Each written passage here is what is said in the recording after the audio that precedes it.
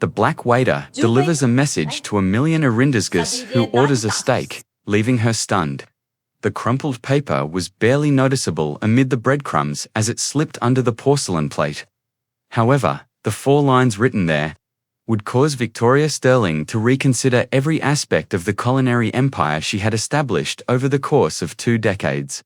My sister was killed by them.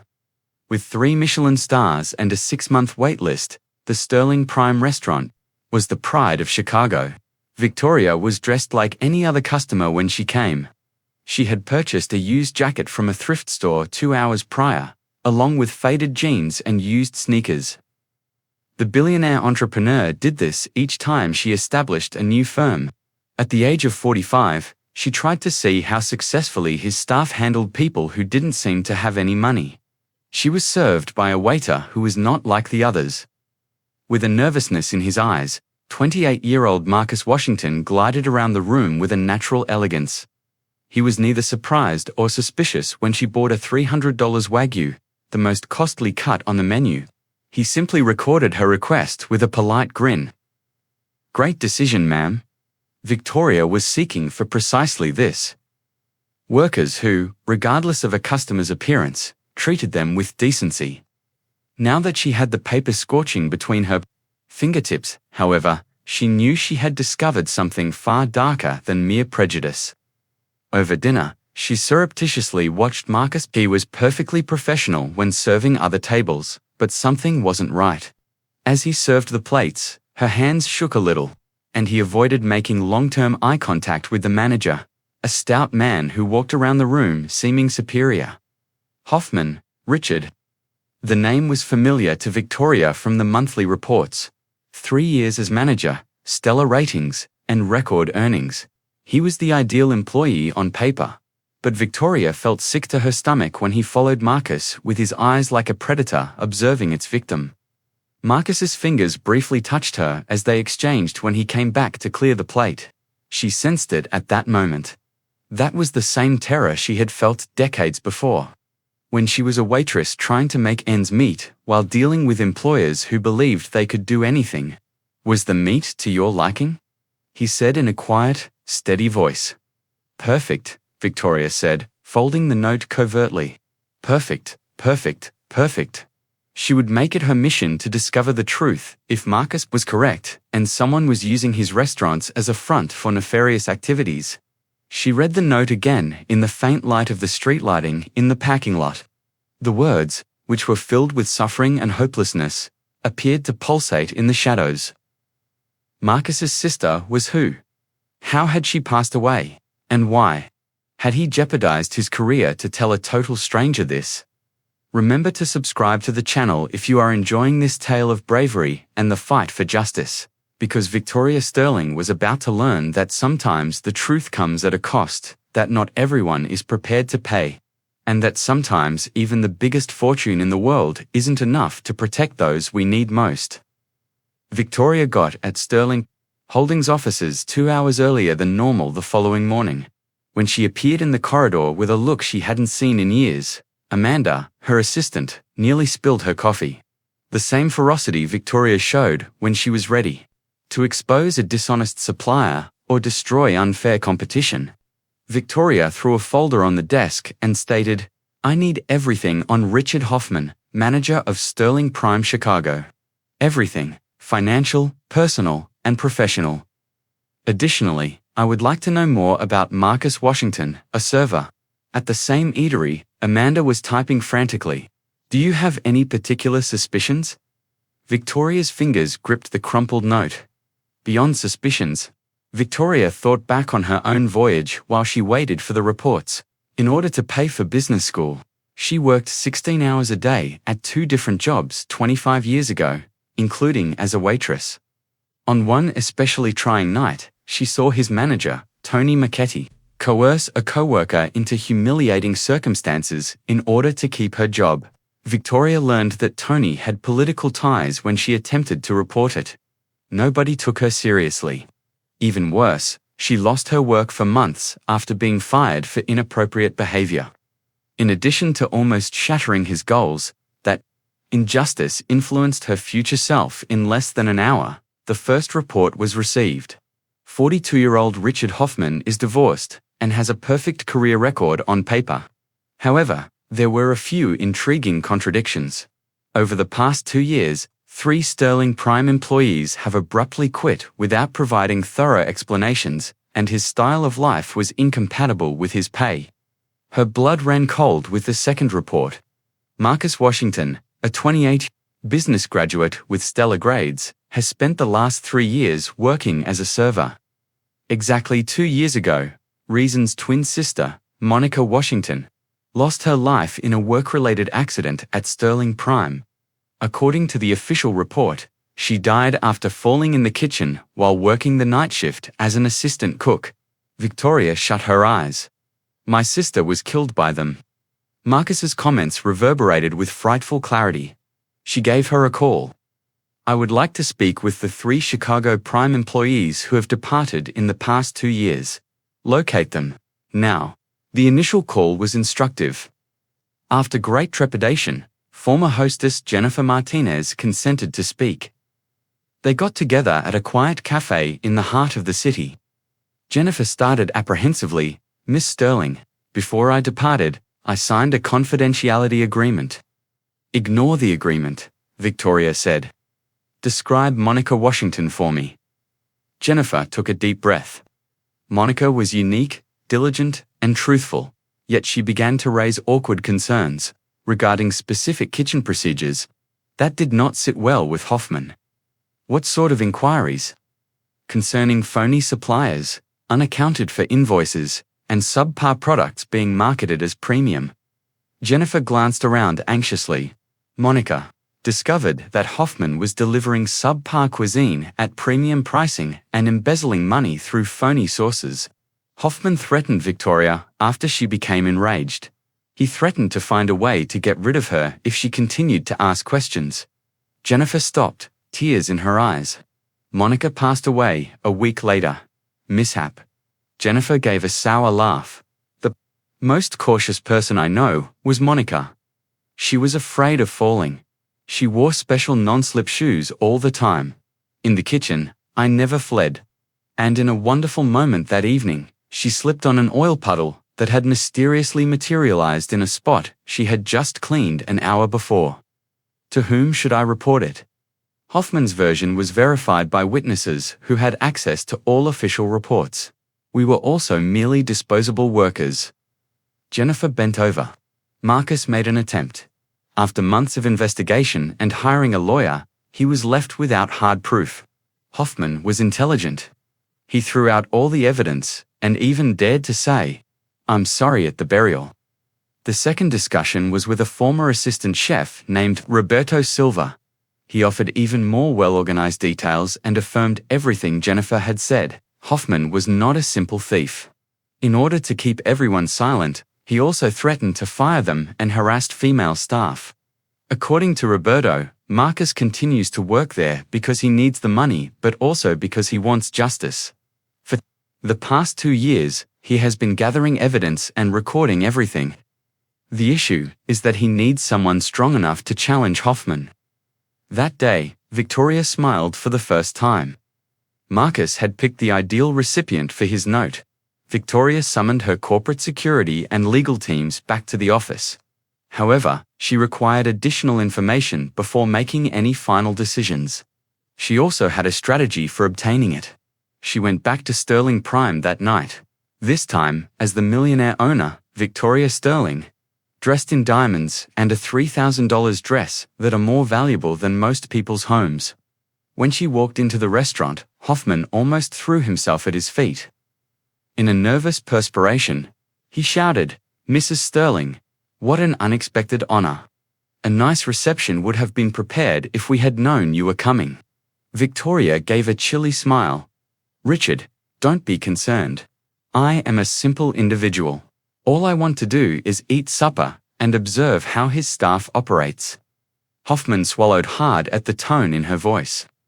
She observed Marcus throughout dinner. He knew her right away. For a moment, they looked at each other, and she could see relief and expectation in his eyes.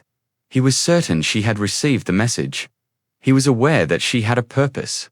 Hoffman, however, walked about the diner like a predator in a corner, clearly terrified.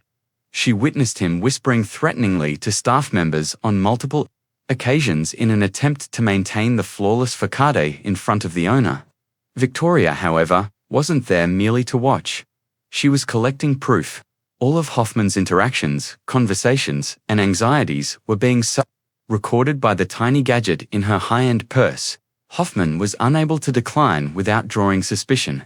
When she requested to speak with a few employees in private to gauge employee satisfaction, she talked to waiters, cooks, and hostesses one by one.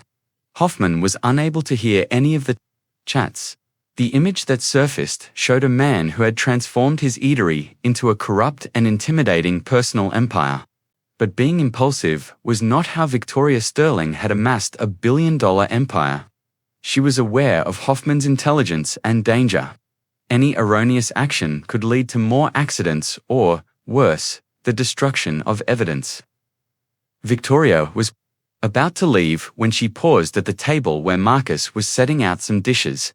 She said, "Excellent service tonight," loud enough for Hoffman to hear.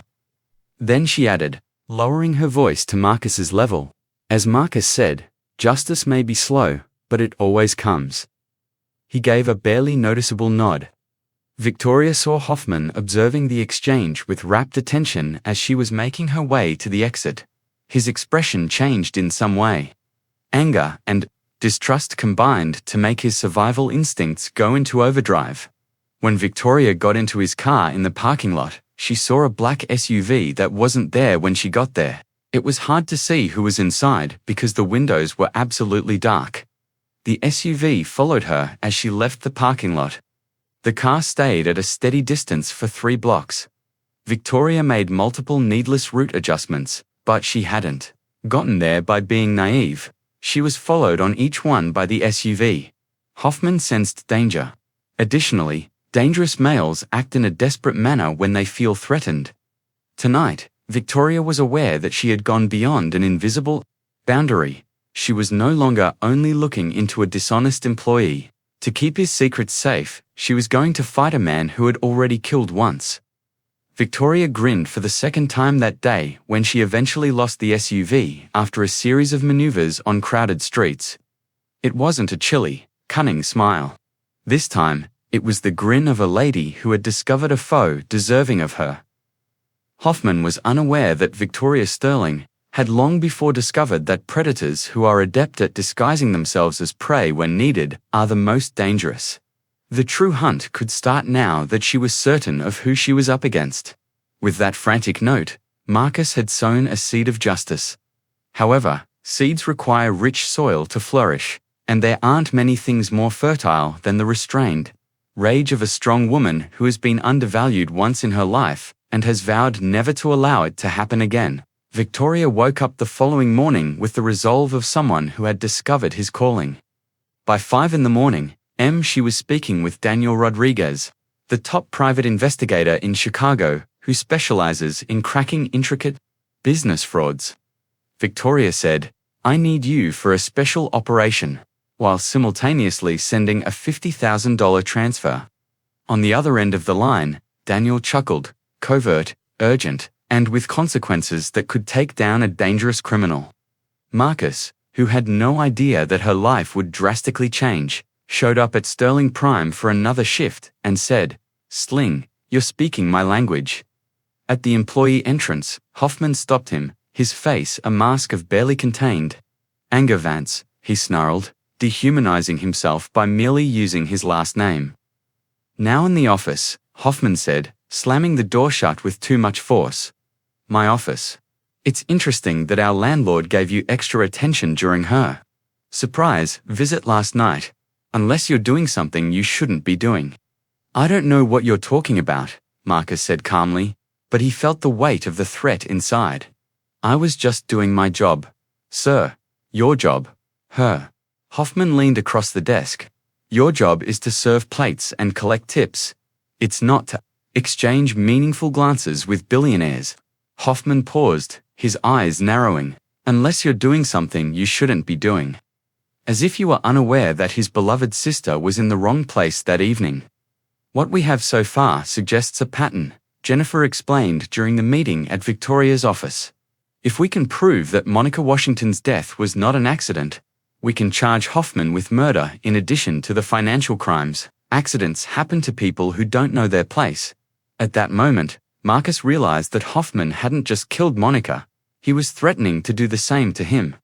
Across town, Victoria was assembling an arsenal of allies Hoffman could never have imagined, including Jennifer Walsh, a federal prosecutor specializing in corporate crime, and Sarah Chen, an investigative journalist at the Chicago Tribune who had won a Pulitzer for exposing corporate corruption. Sarah leafed through the evidence Daniel had collected. 3 employees who left abruptly, a suspicious death embezzlement. This is material for a full investigative series. Victoria smiled. Hoffman thinks he's dealing with a spoiled businesswoman who will disappear when the going gets tough. He has no idea who he really is. The plan Victoria devised was multifaceted and ruthless. While Daniel installed discreet surveillance equipment in the restaurant, Jennifer prepared search and seizure warrants. Sarah began investigating connections to fraudulent suppliers and possible links to organized crime. But the most crucial element of the plan depended on Marcus. Victoria needed his cooperation, and that meant taking a huge risk. That afternoon, Victoria returned to Sterling Prime, this time disguised once again as a regular customer. She specifically asked to be seated by Marcus, ignoring the hostesses' polite protests about other waiters available. When Marcus approached the table, Victoria spoke quietly without looking directly at him. "I know what Hoffman did to Monica. I know he's threatening you, and I know he has evidence." Marcus almost dropped the order pad. "Ma'am, tomorrow night after work, meet me in the parking lot alone." Victoria discreetly slipped a card under the wine list. It's time Monica got the justice she deserves. The card contained only a name, Daniel Rodriguez, Corporate Investigations, and a phone number. That night, Marcus dialed the number. Daniel answered on the first ring as if he had been waiting. "Marcus Washington, I presume," Daniel said. "Victoria Sterling told me about you, about Monica, and about the evidence you've gathered over the past 2 years." Marcus swallowed hard. How does she know about Victoria Sterling didn't get where she is by being naive, Daniel explained. Knows courage when she sees it. The question is, are you ready to use this evidence? Marcus thought of Monica. Of all the nights he had spent documenting Hoffman's crimes, waiting for this moment. "I'm ready. Then tomorrow we start the war," Daniel said. "But this time, you're not fighting alone." Meanwhile, Hoffman celebrated what he believed to be his final victory. He had managed to intimidate Marcus once again, and the spoiled billionaire had probably lost interest in playing detective. He had no idea that his every move was being monitored, every conversation recorded, every document photographed. Victoria Sterling had learned long ago that the most dangerous predators are those who underestimate their prey. Hoffman was about to discover that the quiet woman in simple clothes he had ignored was not just a powerful businesswoman. She was an unstoppable force when it came to protecting the innocent and punishing the guilty. In her arrogance, Hoffman made the fatal mistake that all intelligent criminals eventually make, believing they were smarter than everyone around them. But when you threaten someone, a billionaire has decided to protect you. No longer dealing with a frightened employee, you're confronting an entire empire dedicated to your destruction. What Hoffman didn't realize was that while he slept blissfully, believing he had the problem under control, the net was closing in on his surrounds. And when the morning rose, he would realize that underestimating Victoria Sterling was the final mistake he would ever make as a free man. On Thursday morning, Richard Hoffman arrived to Sterling Prime, as he always did, 45 minutes early. Reviewing every detail of the restaurant like a general assessing her troops. But something was different. There was a tension in the air he couldn't quite place, like if an invisible storm was brewing. The first sign that something was wrong came when his assistant, Paul, approached him with a worried expression. "Mr. Hoffman, there's a team of federal auditors at the entrance. He has warrants." Hoffman felt his blood run cold, but he kept his composure. Auditors? What kind of auditors? FBI, sir. And there are journalists too. Hoffman watched press vans arrive on the street through the windows of the restaurant. The Chicago Tribune's Sarah Chen was setting up her camera crew. When he saw Jennifer Walsh, the federal prosecutor, approaching the main entrance carrying a briefcase full of paperwork, his stomach fell. At that moment, he witnessed Victoria Sterling exiting a black sedan. She was dressed like the billionaire she truly was, rather than pretending to be a regular customer. Hoffman had never seen Marcus Washington walk beside her with such dignity. Before, he was no longer the frightened waiter, but a man who wielded the truth like a weapon. The staff instinctively gathered, sensing that something historic was about to happen. "Good morning, Richard," Victoria said, her voice resonating with an authority that made Hoffman unconsciously back off. "I imagine you're wondering why there are so many important people here today," Hoffman muttered, finally realizing the trap he had fallen into. Victoria Sterling entered the restaurant like a queen returning to her kingdom, instantly silencing all conversation. Hoffman tried to regain his usual arrogance. "Miss Sterling, I don't know what's going on, but I can assure you that this restaurant has always operated within the law. Always." Victoria interrupted, raising an eyebrow. "Even when you forced Monica Washington to work double shifts without extra pay, knowing she needed the money to care for her sick mother." Monica's name hit Hoffman like a punch. His eyes turned to Marcus, who was watching him with a mixture of pain and determination. Jennifer Walsh stepped forward. "Richard Hoffman, you are under arrest for murder, corporate fraud, money laundering, and extortion." She gave a signal, and 2 federal agents approached with handcuffs. "This is ridiculous." Hoffman exploded, but her voice betrayed his growing desperation. "You can't prove anything." Victoria smiled coldly. "Actually, we can." Daniel Rodriguez emerged from the back of the restaurant carrying several boxes of evidence. "Over the last 24 hours, our team has gathered enough evidence to keep you in prison for the next 30 years, he announced calmly. Sarah Chen turned on her cameras documenting every second of Hoffman's downfall. "Here, we have recordings of the conversations in which you threatened Marcus Washington using the memory of his dead sister as a weapon," she said, playing the audio on portable speakers. Hoffman's voice echoed through the restaurant. "Accidents happen to people who don't know how to stay in their place, just like her dear sister." The employees recoiled in horror. Many had known Monica, remembered her kindness, how she always helped. Her younger colleagues, Jennifer Walsh, continued presenting the evidence. "We also have bank records showing how you embezzled over $800,000 through shell suppliers." She displayed detailed statements. "And here are the fraudulent invoices you forced Marcus to sign using the fabricated debt as blackmail." Victoria approached Hoffman, who is now visibly shaking. "The most interesting part," she said, "is that you documented everything. Every threat, every extortion, every penny stolen." His arrogance was his downfall. Daniel opened a laptop and showed files. Recovered from Hoffman's personal computer, he kept recordings as insurance against possible investigations. Ironically, those same recordings prove that he orchestrated Monica Washington's death. She was his little girl. The most damning recording began to play. Hoffman's voice on the phone with someone unidentified. "The girl is asking too many questions. It needs to be taken care of. Make it look like an accident, like we've done before." Hoffman collapsed into a chair, the weight of reality finally hitting him. Her mask of respectability had been completely ripped away in front of everyone: employees, the press, federal authorities. "Please," he begged, all his previous bravado evaporating. "I have a family, children." Marcus approached him for the first time in 2 years without fear. "My sister had a family, too," he said, her voice calm, but heavy with emotion. "She had dreams, plans, people who loved her. You took all that away from her because she dared to question your dishonesty." Victoria placed a gentle hand on Marcus's shoulder. "Monica didn't die in vain. Her courage in coming to me ensured that the truth finally came to light." Federal agents handcuffed Hoffman, who was now crying openly. Her reputation, her career, her freedom, Everything had crumbled in a matter of minutes. I didn't want her to die, he stammered. It was just she wouldn't stop asking questions. Confession on the record, said Jennifer Walsh, closing her folder with satisfaction.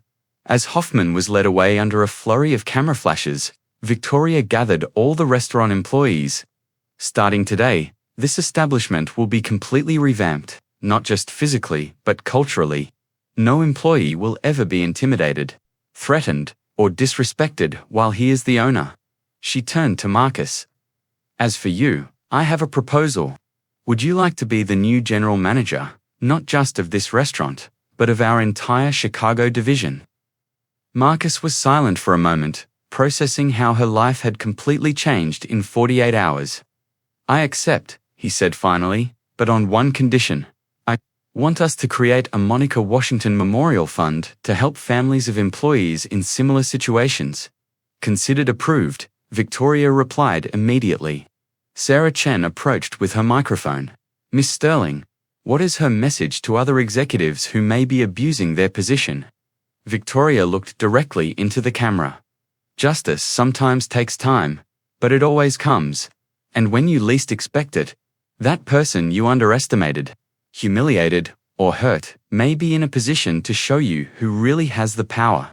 As the sirens drove Hoffman away to his new reality behind bars, Victoria realized she had found something more valuable than any profit. The certainty that his empire was built on real values protected by courageous people like Marcus, who refused to accept injustice. What no one could have predicted was how this story of courage and justice would transform not only the lives of those involved, but inspire a complete revolution in the way companies treat his employees. Proving that sometimes true leadership is born not in boardrooms but in the hearts of those who dare to confront power with the truth. 6 months later, Marcus Washington opened the new Sterling Prime Chicago, now renamed Monica's Table in honor of her sister. As the division's executive director, he had transformed the restaurant into a model of dignity and respect for workers. Richard Hoffman was serving a 25-year sentence for murder and corporate fraud. His former elite colleagues shunned him. Her family had abandoned him, and his arrogance had been replaced by constant fear of other inmates who had discovered his crimes. Victoria Sterling attended the opening, watching Marcus lead a team that genuinely respected him. Monica would be proud, she said, seeing employees smile without fear, working with dignity. The Monica Washington Memorial Fund had already helped dozens of families, proving that a life lost unjustly could still save others. Marcus learned that true victory wasn't about destroying those who hurt him, but about building something greater than his oppressors could ever imagine. Marcus' story proved that sometimes justice needs someone brave enough to deliver a simple note to the right person. If this story of courage and determination has inspired his, subscribe to the channel for more stories that show how the truth always finds its way, even when all seems lost.